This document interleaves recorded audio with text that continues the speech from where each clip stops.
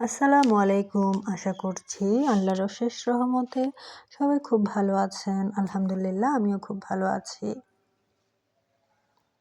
প্রথমেই শেয়ার করছি আমাদের সন্ধ্যার নাস্তা। সন্ধ্যার নাস্তায় ছিল পাস্তা। এই মজার পাস্তাটা আমরা সবাই মিলে সন্ধ্যায় খেয়েছিলাম। তো আজকের ভিডিওটাতে আমি আরও শেয়ার করব আমি কি আচার বানিয়েছিলাম আমার উদ্যোগের জন্য সেগুলো। তারপর আমাদের বারান্দার গাছগুলোতে আমি কিভাবে একটু কীটনাশক স্প্রে করি সেগুলোও শেয়ার করব। তো এই তো নাস্তা খাওয়ার পর্ব শেষ, চলে গেলাম আমার উদ্যোগের আচার বানাতে। খুবই পাকা টসটসে একদম আলু বোখরা দিয়ে আলু বোখরা আচার বানাচ্ছিলাম। আলু বোখরা আচার এবং রসুন আচার আমি মোটামুটি একদিনেই বানিয়েছিলাম।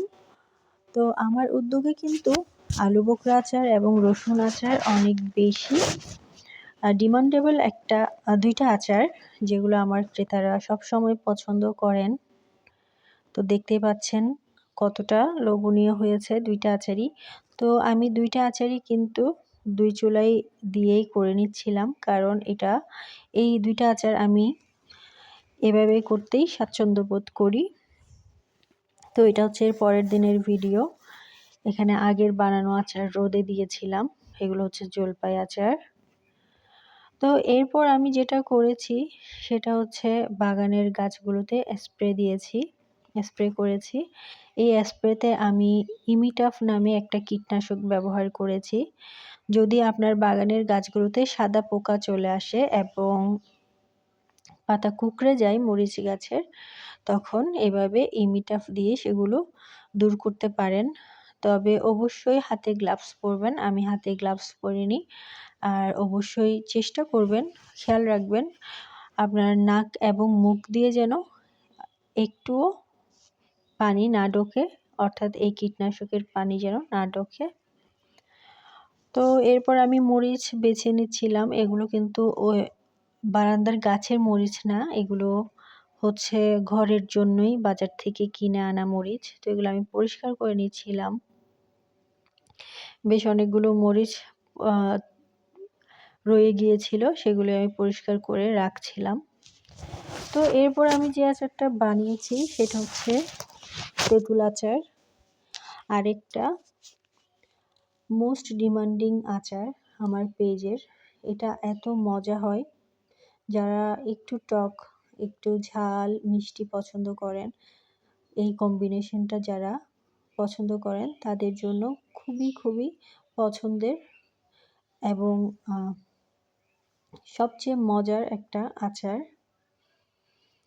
এই আচার দিয়ে অনায়াসে কিন্তু আপনি খিচুড়ি, ভাত খুব মজা করেই খেতে পারবেন। যদি কখনো খেতে ইচ্ছে না হয় বা মুখে রুচি না থাকে, তাহলেও কিন্তু সাদা ভাত দিয়ে এই আচারটা অল্প করে রাখলেই অনেকটুকু ভাত আপনি খেয়ে নিতে পারবেন। তো এই আচারটা বানানোটা একটু কষ্টকর, কেননা খুবই যত্নের সাথে বানাতে হয়। আর বাজারের তেঁতুলগুলোতে অনেক ময়লা থাকে, তো সেগুলো এনে অনেক যত্নের সাথে কিন্তু পরিষ্কার করতে হয়। আর এই পরিষ্কার করাতেই মূলত সময়টা বেশি চলে যায় বানানোর চাইতেও। তো আমি চেষ্টা করি প্রতিটা জিনিস খুব সুন্দর করে পরিষ্কার পরিচ্ছন্ন করে বানাতে, যেন এটা খেতে খারাপ না লাগে, কখনো মুখে যেন অবাঞ্ছিত কিছু মুখের নিচে না পড়ে। কারণ আচার খেতে গেলে যদি ময়লা পাওয়া যায় বা অন্য কিছু পাওয়া যায়, তাহলে কিন্তু সে আচারটা খেতে আর ইচ্ছে করে না, এটাই স্বাভাবিক।